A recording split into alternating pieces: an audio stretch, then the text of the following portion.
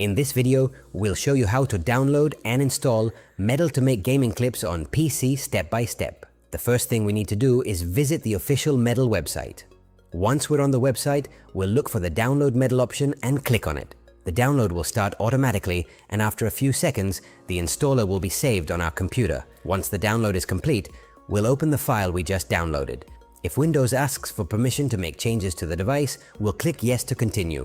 Next, the Metal installation process will begin. We'll follow the instructions shown on the screen and wait a few moments for the program to finish installing. Once the installation is complete, we'll open Metal for the first time. We can sign in with our account or create a new one if we don't have one yet.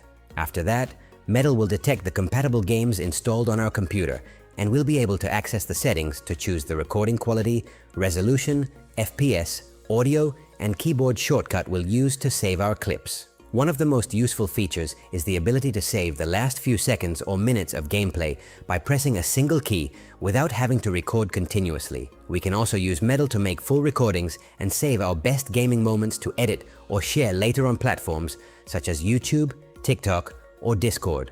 And that's it.